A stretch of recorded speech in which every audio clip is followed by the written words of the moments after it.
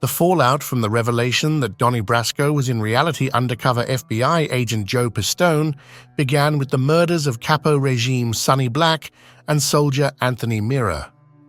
Sonny Black accepted Donnie into his crew and proposed him for membership, while Mira's mafia violation was initially introducing Brasco to other members of the Bonanno family who accepted him in as an associate. Bonanno family soldier Benjamin Lefty Ruggiero was also marked for death, but the FBI arrested him before that could happen. But shortly after these retaliatory murders, the federal government would strike, and Joe Massino would be in their crosshairs for the conspiracy to murder the three capos in 1981. This was the first time he would be the subject of a major investigation, but it would not be his last, and by the time the feds finally got him, the Bonanno family was almost destroyed because he would become the first head of the five families to become a government informant.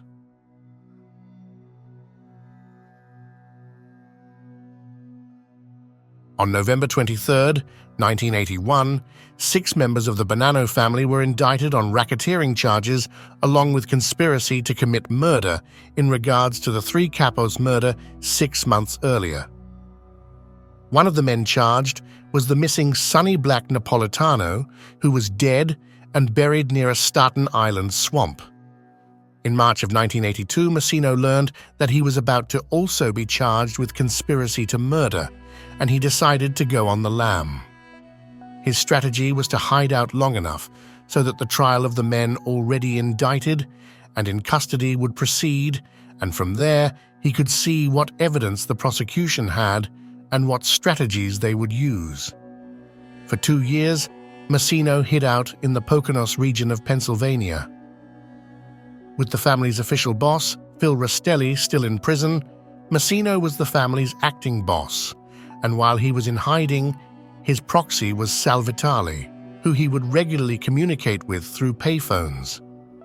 They had a schedule where Vitale would be at different payphones at different times of the day, where Massino would call him, get reports on the day-to-day business, and then relay his decisions. Sal Vitale was the younger brother of Massino's wife, Josephine. Joe and Josephine had been a couple since they were teenagers, with Massino taking the younger Vitale under his wing. Sal Vitale, known by his nickname Handsome Sal, once worked as a corrections officer in Queens and should have been ineligible for Cosa Nostra membership. But this blemish was covered up by his brother-in-law, who had sponsored his induction into the family. In 1984, the dust from the Donnie Brasco fiasco seemed to be settling. The indicted men went to prison for lengthy sentences, but no one talked or cooperated to make a plea deal. And more important, with Massino now seeing the government's cards, he knew how to fight their case. He hired defense attorney John Pollock and negotiated his surrender. Massino would be a defendant in 2 trials during the late 1980s. The first was in 1986, where he was a co-defendant on racketeering charges with 11 other members of the Bonanno family, including the now aging boss Phil Rastelli, whose health was drastically declining. He was found guilty and sentenced to 10 years in prison. The next year, Massino and Vitale went on trial for hijacking and conspiracy to commit murder in relation to the 3 capos' killing. Their lawyer was the famed Bruce Cutler, who would later represent John Gotti. Here, the strategy of Massino going on the lam paid off, and they beat the murder charges. They were found guilty of the hijackings, but the jury also determined that the statute of limitations ran out, and thus the convictions were invalidated. Sal Vitale returned to the streets a free man, while Massino went back to prison to continue his sentence. Vitale would visit Massino regularly in prison and relayed his orders to the men on the outside. Massino was eligible for parole in 1992, and he became very cautious, not wanting known criminals to visit him because that could jeopardize his chance of getting out. Eventually, he would only allow his wife to see him and would give her cryptic messages to deliver to Vitale. In 1991, Phil Rastelli died from liver cancer. Massino had one order for his brother-in-law: get me the boss position. That year, the 10 capos of the family met with Vitale, serving as Massino's representative. Joe Massino was the only name proposed for the position to lead the family, and his election was unanimous. Sal Vitale was promoted to be his underboss, while aging member Anthony Spero was named to be the consigliere. Massino was granted his parole in 1992, and he was determined to rebuild the family while also not going back into prison. The Bonanno family had never fully recovered from their civil war in the 1960s, and the Donnie Brasco incident only damaged them further. Now, having spent 5 years in prison with lots of time to think, Massino was ready to institute reforms to strengthen the family against government persecution. His first order was to ban social clubs. Since the earliest days of the mob before the 1930s, social clubs functioned as hangouts and headquarters for the capos of different crews across New York City. This centralized space worked well for organizational logistics, but it also created magnets for the FBI to surveil and bug with listening devices. Massino also sought to limit the amount of meetings capos would have with each other and the boss. The idea was that if one crew was unaware of another crew's activities, then both groups would be more insulated and protected from informants. And since he was out on parole and not supposed to associate with known criminals, Massino had his underboss Sal Vitale be the source of communication between him and his capos.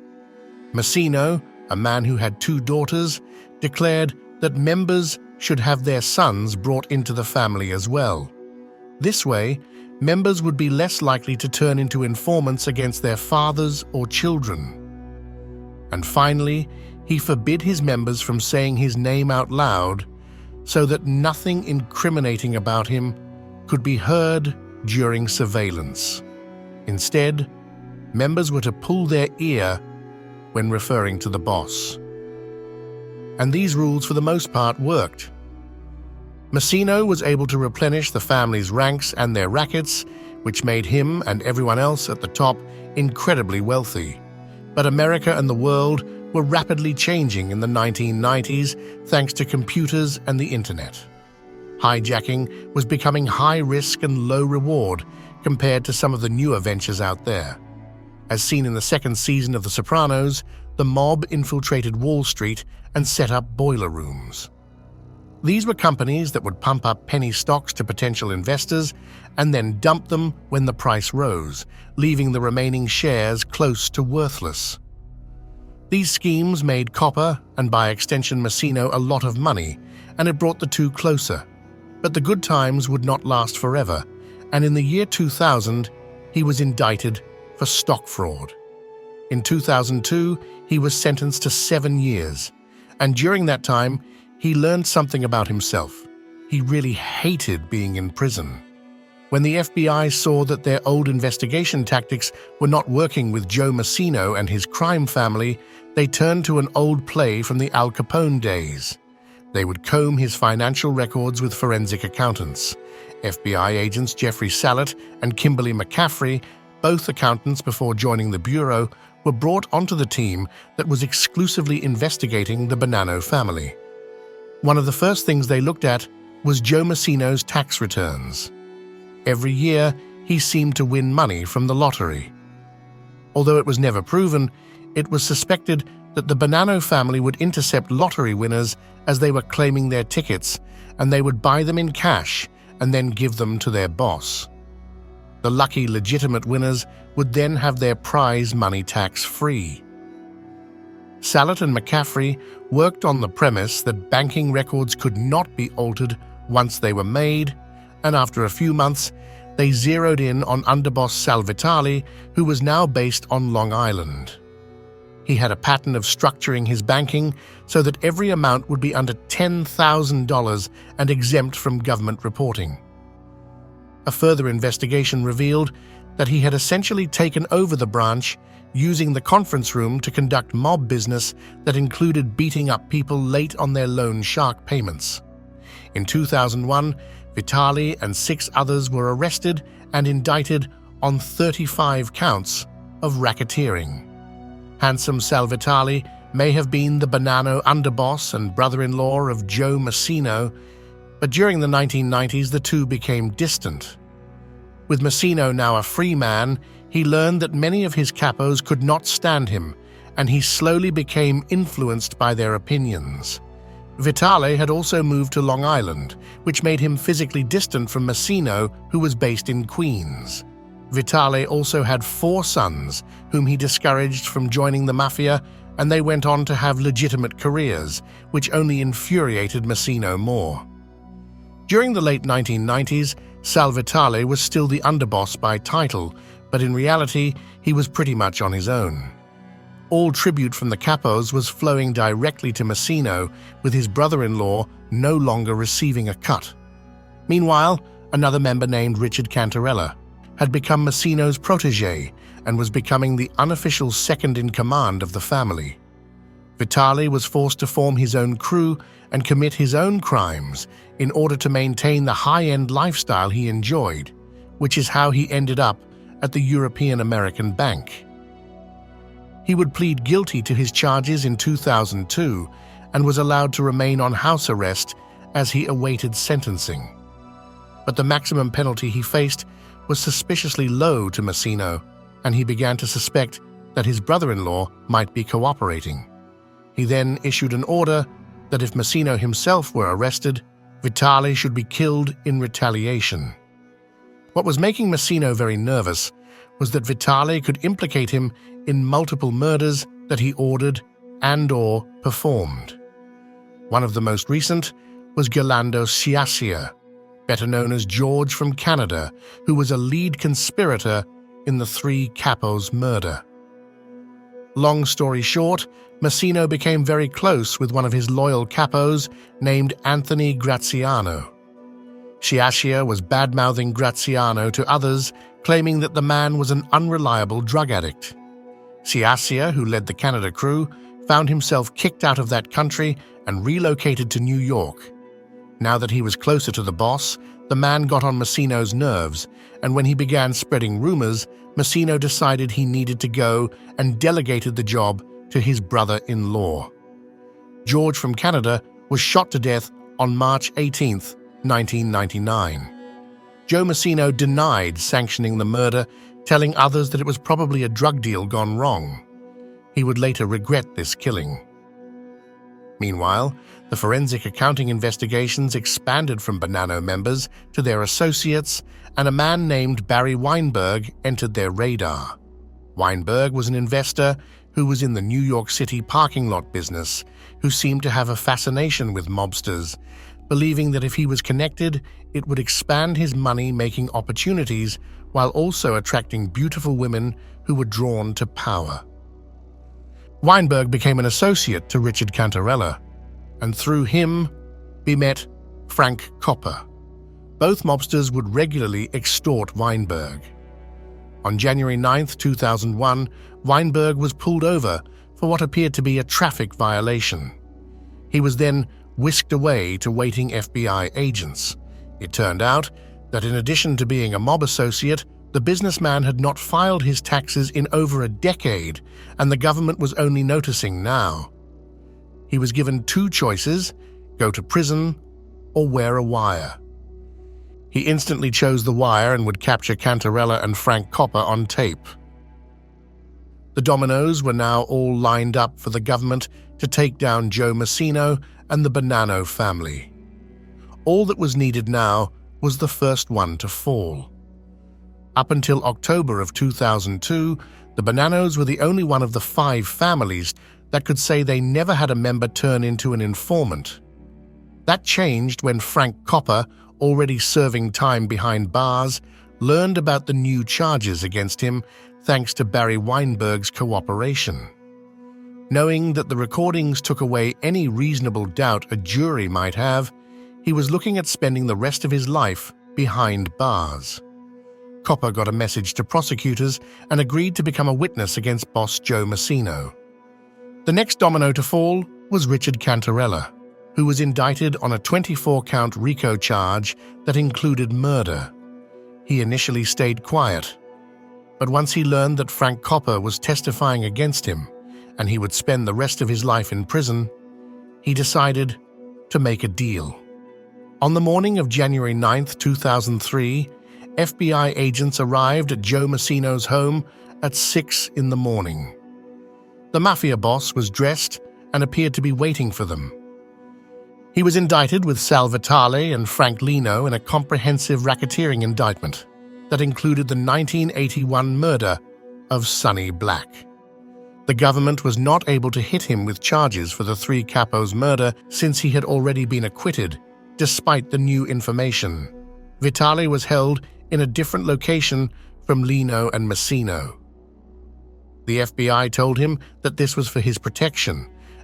At first, Vitale seemed to stand by his brother-in-law, but once he learned that Massino had put a hit out on him earlier, he changed his tune and agreed to cooperate.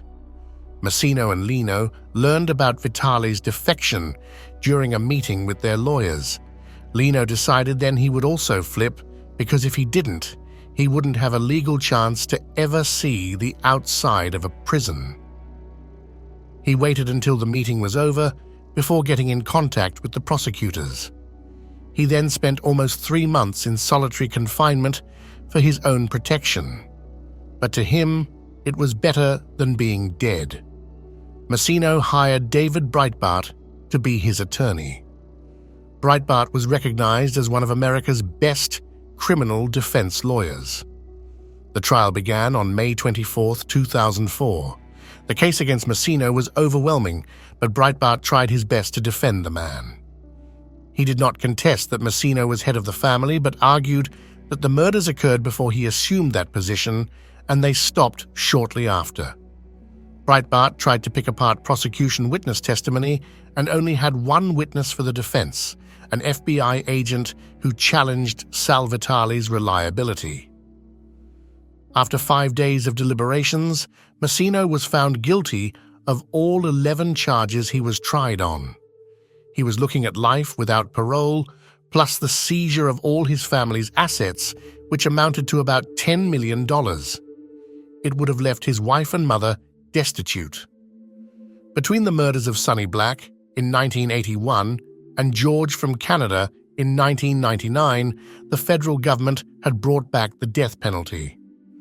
For the first trial, United States Attorney John Ashcroft held off on pursuing the 1999 murder charge, but now that Massino was found guilty, he wanted to have a new trial for the second murder with the goal to have Massino become the first head of the 5 families to die by execution.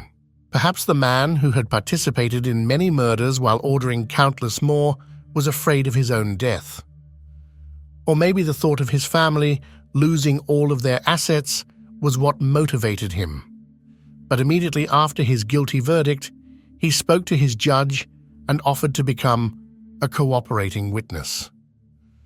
In October of 2004, he told investigators about a mafia graveyard in Brooklyn, where the remains of the missing 2 capos from the 3 capos' murder were found.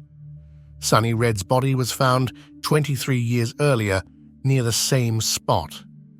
He also agreed to wear a wire when meeting with the Bonanno family's new acting boss, Vinnie Gorgeous Basciano, who was arrested in November. During this conversation, Basciano admitted to murdering associate Randolph Pizzolo. In January 2005, Basciano was indicted for the murder, and Massino was identified in the press as being the anonymous fellow mobster that recorded his confession. Instantly, he turned from boss to pariah. The death penalty for the Ciacia murder was dropped, and he pled guilty.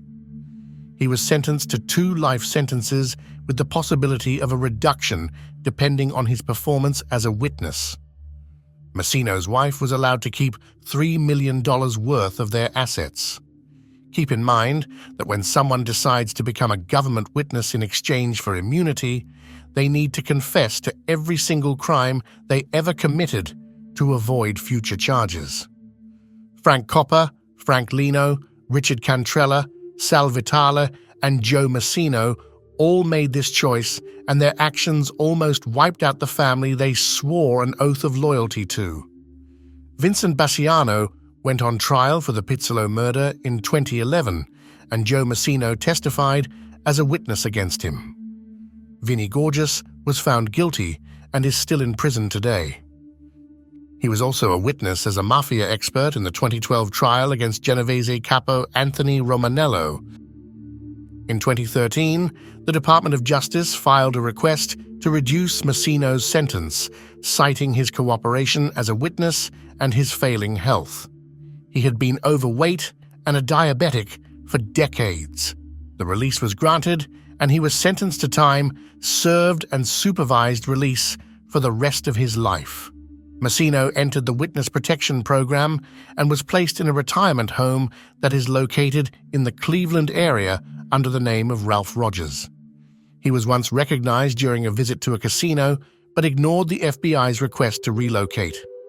In 2023, he became ill and was relocated to Glen Cove, Long Island, where he died on September 14th at the age of 80.